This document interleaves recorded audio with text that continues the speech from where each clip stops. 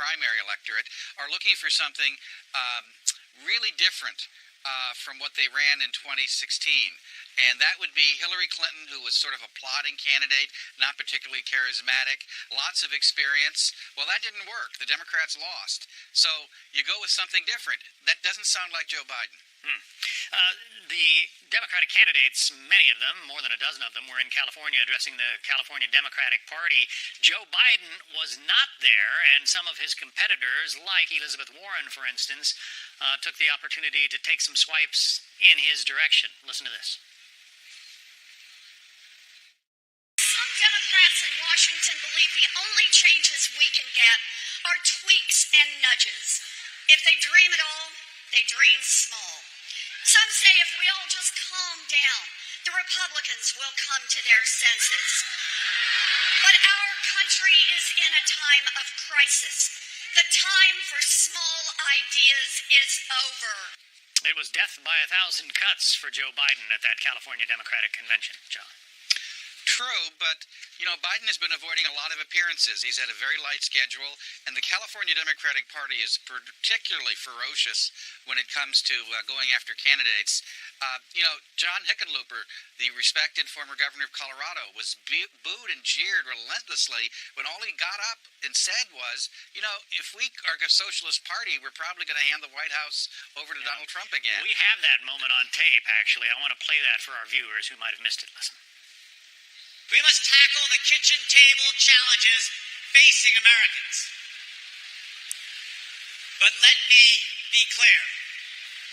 If we want to beat Donald Trump and achieve big progressive goals, socialism is not the answer. I was reelected. He went on to say that he was reelected in Colorado, a purple state. Socialism is not the answer, and that drew boos from the California Democratic audience, John. Well, they may not have liked to hear it, but it's demonstrably true. Find me a political analyst who will tell you that if the Democratic Party is viewed as a socialist party, that it's going to win the 2020 election. They may be able to have candidates who run as socialists in the primaries, but if they actually run on that platform, I don't know of anyone, who thinks the majority of the American people are ready to embrace that. Kamala Harris perhaps would be considered the favorite daughter of California Democrats because she obviously won statewide elections there. She was at a MoveOn.org event, and something sort of unusual happened. Watch.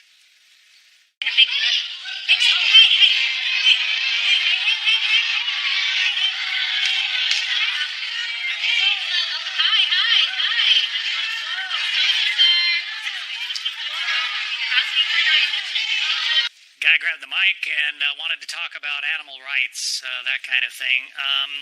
The Democratic Party is there are millions of interest groups, I guess, trying to push it right, left, one way or the other. I wouldn't even call some of these groups. I call them grouplets. They're pretty small. You're going to see every conceivable special interest being touted, and in some cases forcing itself onto the stage here. This is going to be a wild and woolly Democratic primary because they are so anxious to get rid of Trump. I think that their natural juices are flowing. Well, but many Democrats say that the thing they're looking for in a candidate is someone who can beat President Trump. And many of those same people say Joe Biden is the guy who can do that. Can he?